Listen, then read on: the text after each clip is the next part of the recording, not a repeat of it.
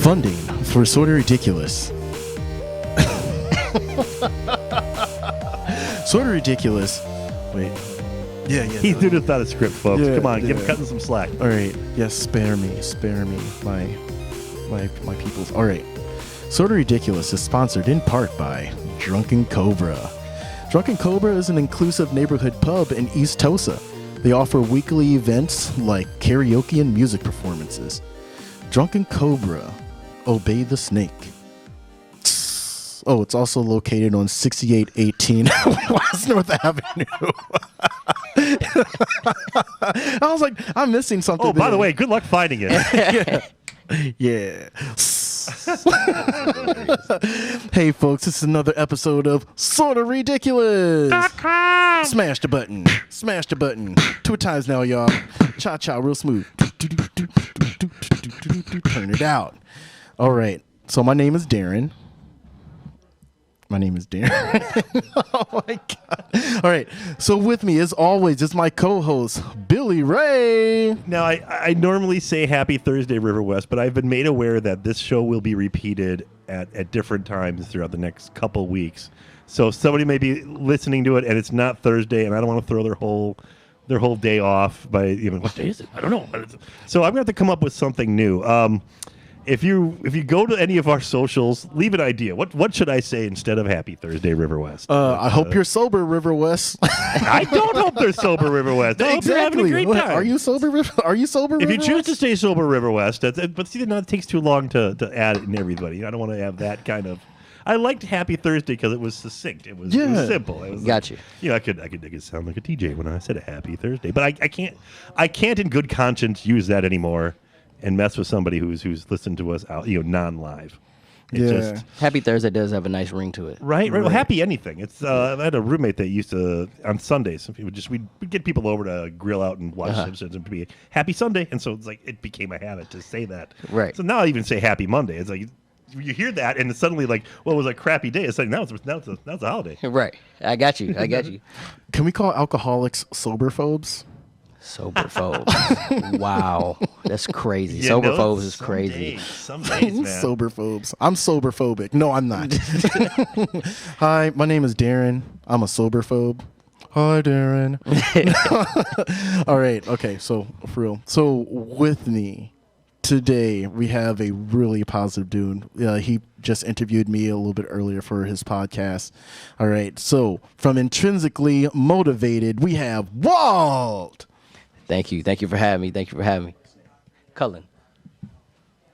Cullin? Yes.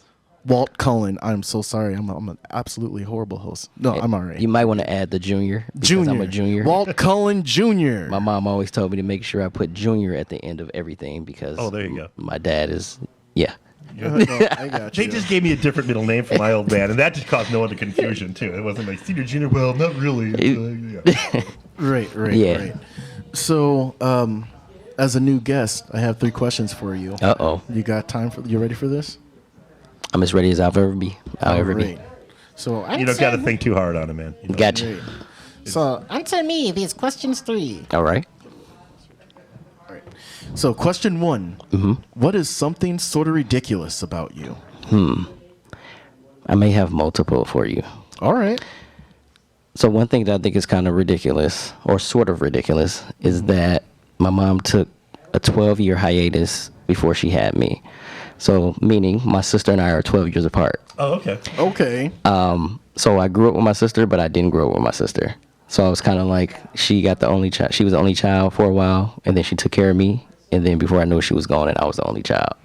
So that was kind of weird because I was like, Mom, 12 years later? That's like a whole education background there. I've seen it, though, like people, especially if they had like their first kid when they're really young. Right. And then they wait, and then, okay, we'll settle down before I have the next kid. Right. And I've got a couple friends that's happened with, and it's like, there's like a 20-year difference or 18-year difference between one friend between her first kid and her 12 years, kid, though? Yeah, it's odd, but it's not unheard of. Man. It was a little bit more behind that, though.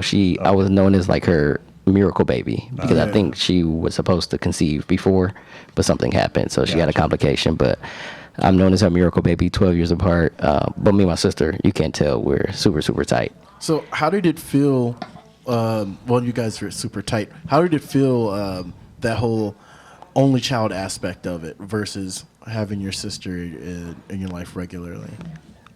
You know, one thing that has plagued me deeply is the fact that I'm not good at sharing sometimes. Surprise! You know, as First step's admitting it, though. So yeah. yeah, my wife reminds me of it on a regular basis. As giving as I try to be for everybody else, but like sometimes I have, these are my things. These are not your things. I don't like get your own. I bought you this so you can have your own, and I have mine. Like, this is my side of the bed. Like, you shouldn't have anything over here that is yours. Like, this is all my stuff. Like, I'm that particular. No, I get that. I was an only child for 5 years. Uh-huh. Yeah, best 5 years as a kid. No, I'm kidding. I love my sisters. I think a lot of that falls into healthy boundaries, though. I mean, Yeah. if you're especially recognizing that, okay, I can be like this. If I'm going too far, I will Right. back off. But most like, it's good to have your own space. Right. If you can have your own space, it's definitely good to have. Yeah. And I'm not like super standoffish about everything. It's just like, you know, this is my charger. Right. Why do you need my charger if you have a charger? You should keep up with your things. I kept up with my things. As you know what I mean? partner. That's my partner. Yeah, That's like so funny. so that something else a little bit sort of ridiculous is the fact that K through 8, when I attended school, I attended 6 different schools. 6 different schools. 6 different schools Whoa. from kindergarten to 8th grade. Far out. 3 different middle schools. Did you move around a lot, or? So I did move to Georgia for 2 years. We stayed in Hapeville, Georgia for 2 years, and then I came back. But 35th Street School from kindergarten to 1st grade, 2nd grade in Atlanta. Midway through 3rd grade, I came back and I went to Parkview from 3rd to 5th grade. 6th grade, I went to Daniel Webster. 7th grade, I went to Audubon. Oh, that had to be fun. Yes. 8th grade, I went to Corpus Christi, my first private school. Okay. So I'm pretty well versed in diversity. So I have a question. So going from public to private, how was that?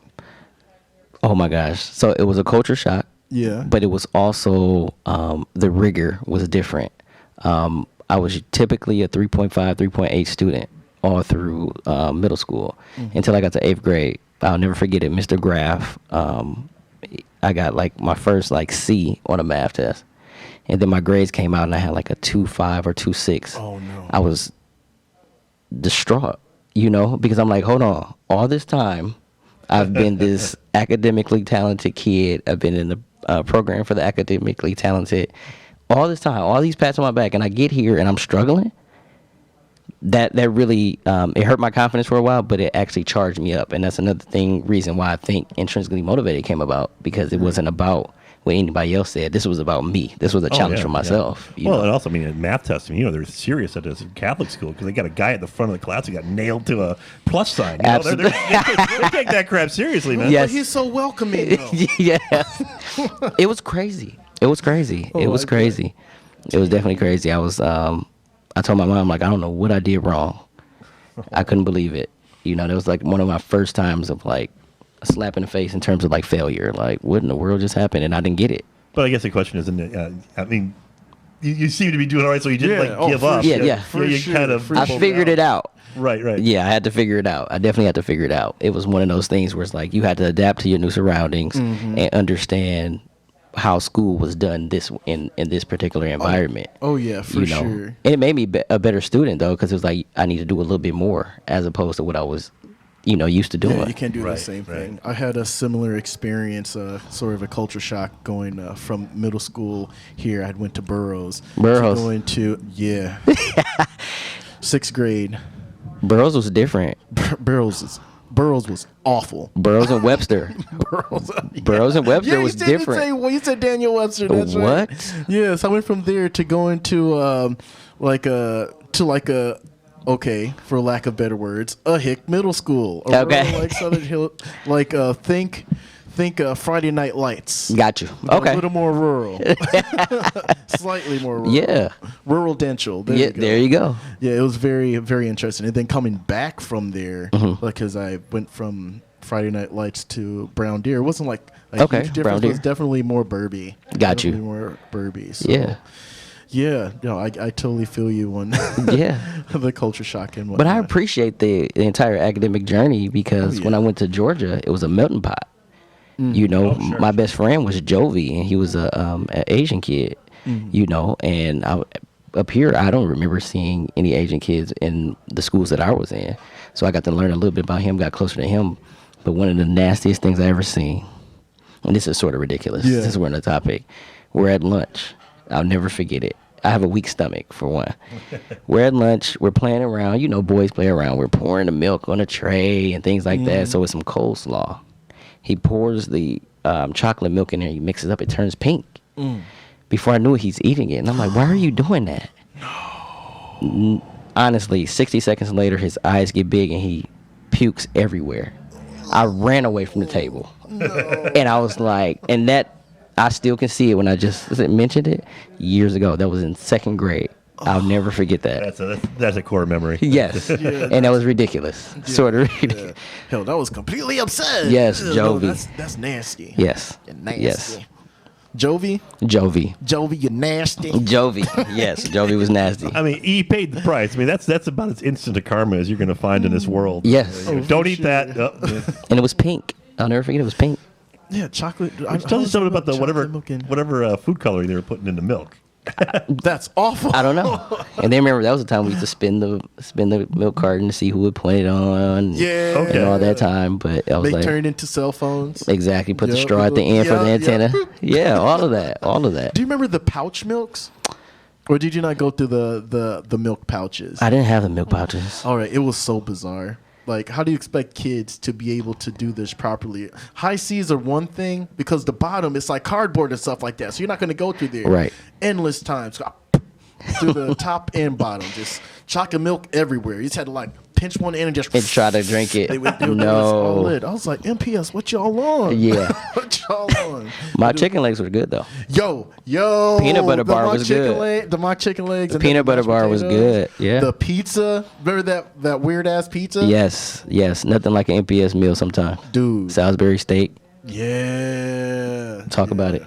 The tacos were trash though. The I tacos didn't were get trash. into the school lunch until I got to high school. I went Okay. to like Catholic school for 8 years. Okay. So it was, but yeah, getting there I was like, oh, okay. And I've been brown bagging it this whole time, but this beats the hell out of bologna sandwich. Most days. Right. Most days, you know. Some days you're like, yeah, I'll pass. Enchilada casserole. Oh. That's like we just had all this leftover stuff and we Oh my kind of gosh. pounded it together and it shaped it and It you don't became know something. what you're getting. You put a fork in, you're just like, this is not it. No, this is not it. This is not it. This is not what it once But was. the mock chicken legs, yes, Gotcha. those are famous. Those are famous. Like all. But Catholic school was a little bit different because it was a little bit more intimate setting. So like we had grilled cheese with tomato soup. So we would dunk it. That was my first time ever having it in 8th grade. I've never had a grilled cheese dumped in tomato soup. Oh, okay. Until I got to Catholic school. Because I mean, we didn't have a cafeteria. It was like everybody brought their lunches. Oh. So like I said, first I'm just coming into like this environment where you buy your lunch at school. That was until high school. Okay, got you. And then I would save the money and go out, because we had open lunches. I'd go and get a candy bar and soda at the little store. You had open lunch? I'm jealous. Because we had the school that I was in, and I'm so diverting from what we're supposed to be doing here.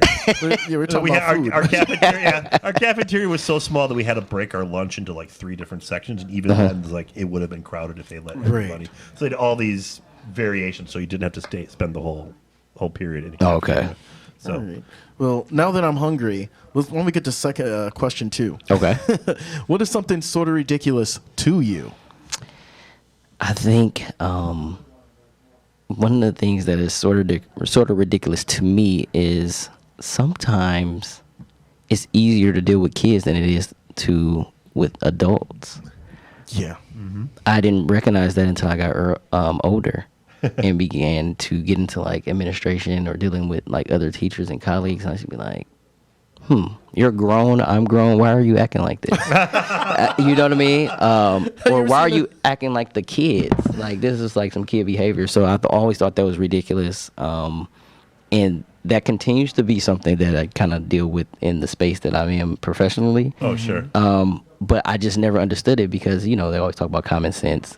If common sense was common, everyone would have it. Sure. And I was that naive where I was like, when you get a when you become an adult, everybody knows. Everybody will all treat each other with respect. Exactly. Because you are an adult in an adult Exactly. situation. Yeah.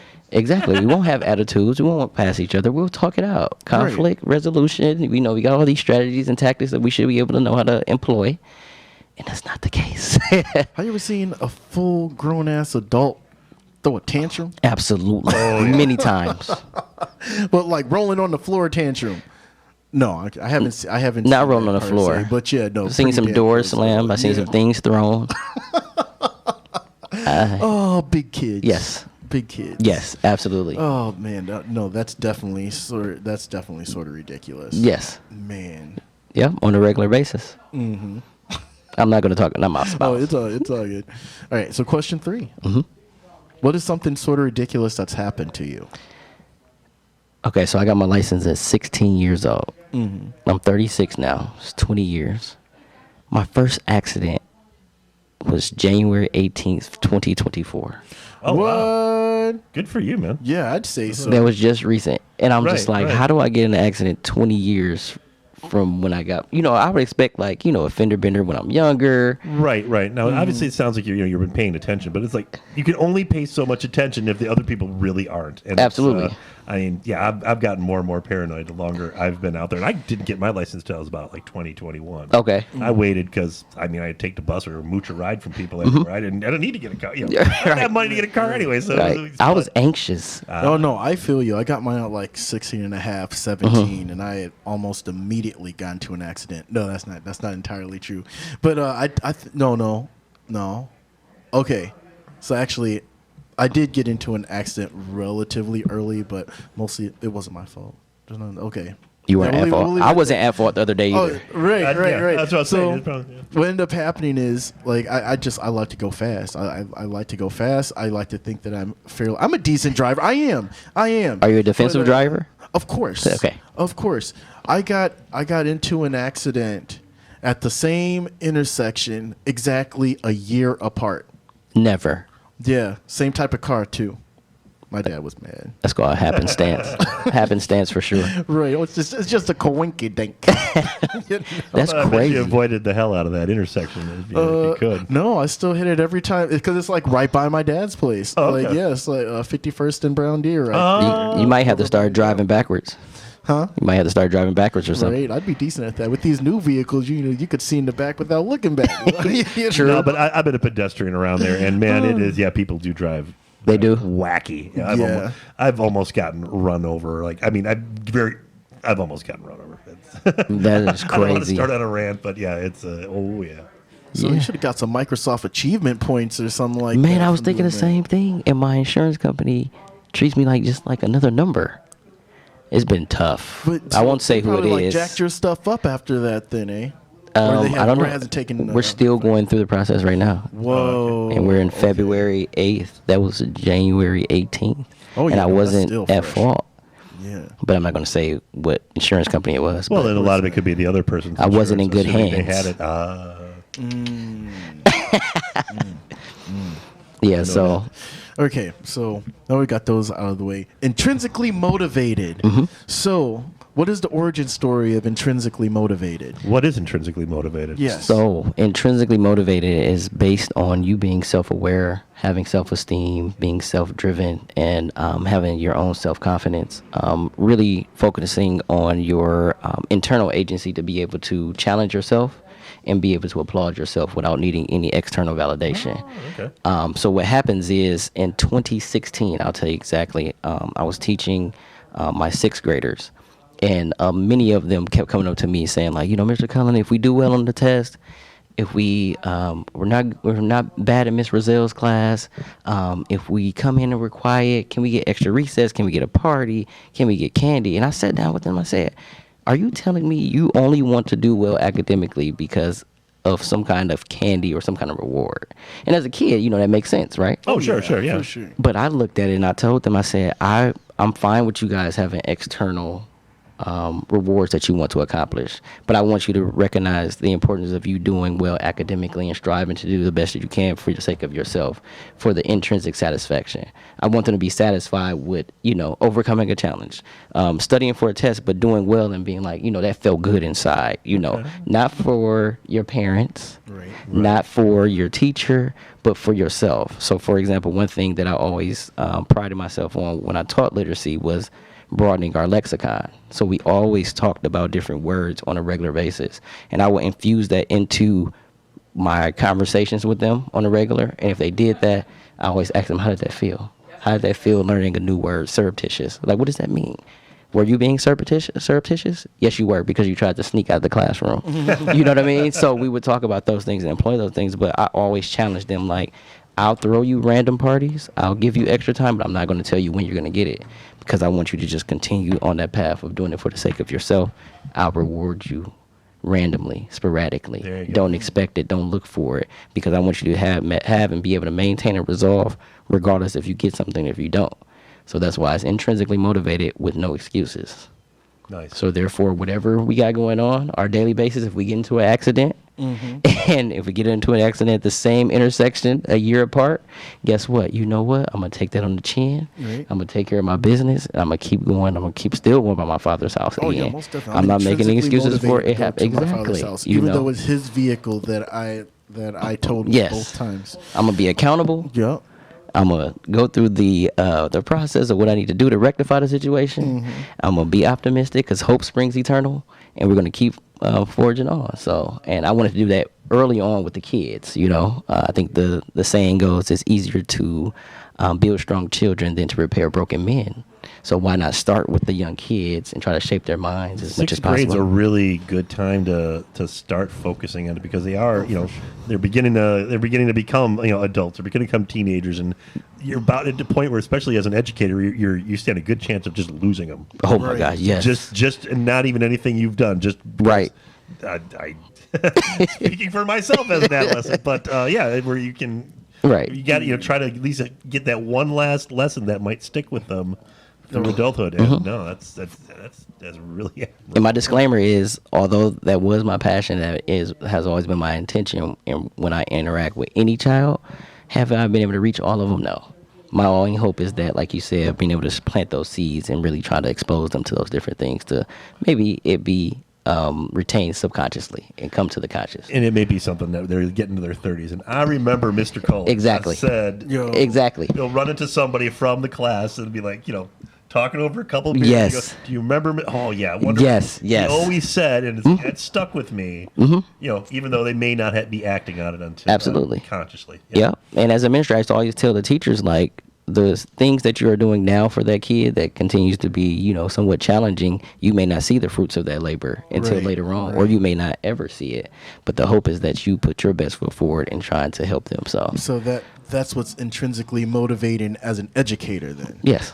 All right. I just remember if I had you around for sixth grade, we would have had fun. My sixth grade was we would have had fun. He's into wrestling and video games. We would have had fun. Yeah.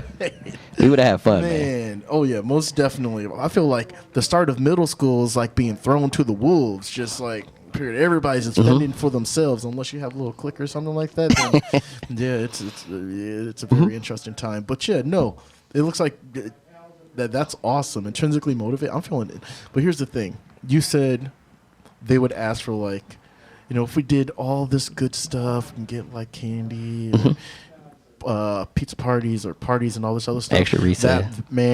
That was me all day. I was I was about accolades as a kid, bro. Absolutely. Accolades. If I'm good all this quarter, can I get this video Absolutely. game? Can I get this console? Yep. I'll wait until Christmas, but can I get it though? Yep. Can I get it? Absolutely. Yes, and I always told him, like, that's totally fine. I mean, and I was intrinsically motivated after, like, whooping folks in various video games. Like, I didn't do that for you.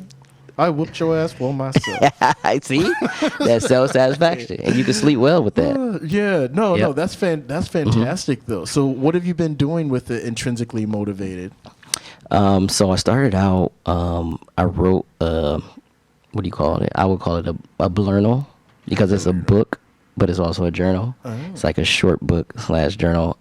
I did it specifically for students for their attention span. So the book is about maybe 20, 30 pages long, and the rest is for them to actually go on their own journey and journal about it. So I've done that. I've gone to schools and I've been talking to a lot of students just about it, encouraging them, really impacting them. I work in the summer with the summer youth internship program through the city of Milwaukee, where they give internships to students within the metropolitan area. They work in forestry, they work in the housing authority department, waterworks, you name it. I mentor them to make sure they have the soft skills, the communication skills to be able to work with their work at the internship, really supporting them, resume writing, healthy eating, healthy living. They talk about financial literacy, a lot of different things like that. So I continue to do those things with the different organizations. Oh no, that's really great. I mean, it's something. It seems that we're always saying, "Well, that's the stuff the parents should be teaching them," but there's a lot of cases we say, mom and dad haven't been taught that. Absolutely. Or they just you may know how to do it, but you just do it because you're doing it. And you maybe teaching is difficult too. You just hit it on the head. Because every adult at this table and in this building. I need you in some of the other spaces to say that. It's just you're already, they're getting over their own trauma. And if you're lucky, you've got adults that have not just working on that they can deal with you as well. And it's I was always lucky that those were the adults in my life. Got you. It's like they were they might mess up, but they were they were trying. Right, exactly. But you said something so on point where he said some people know how to do it, but they don't know how to teach it. And that can definitely be something, because we have experts in different areas, but sometimes actually teaching it to a student, simplifying it is a little bit different. You may be talking up here, you need to be really, really fundamental with it, but that's a big thing for kids nowadays. Really trying to have somebody that's an expert in a particular area and kind of making it tangible and understandable for them. Yeah, no, that's legit. I feel like I'm one of the I attempt to teach, but I feel like I'm better at teaching by just having them watch me and ask questions when they have them. Okay. But otherwise, watch what I do. Don't listen to what I say. Just yeah. So you would be a teacher that you allow them to interject, oh, most definitely. Hold on, Mr. Austin, I got a question, and then they can learn that way. Absolutely. But you still have some that are more traditional or conventional teachers who are. Oh, sure. I mean, again, that's how they were taught too. Not all teaching programs are going to be the same. Either. Right. Absolutely, they are not made. Your trauma continues well into college. Absolutely. Yeah. So where can people find Intrinsically Motivated? What are your handles? How can people get in touch with you? My handle on Instagram is @Intrinsically Motivated. And that's INTRINSICALLY motivated, MOTIVATED. They also can follow me on TikTok. Okay. I'm not really a TikTok guy. No, I feel you. But I have the same handle. It's @Intrinsically Motivated. And then for the podcast, it's What's Your Motive? I Am. So What's Your Motive? I Am for Intrinsically Motivated. You're on YouTube yes, I just started it. So I only have one episode up. Okay. I'm a newbie. I'm a novice. So I've been learning from you, kind of, gleaning a lot of things from our conversation. Oh, yeah, watch what I do. Yeah. So with that being said, thanks for being on the show, Walt. This has been great. Thank you for having me. This has been really a swell conversation. Yeah, I appreciate it. Nice to meet you, Billy. So, folks, we will catch you guys next week whenever you hear this.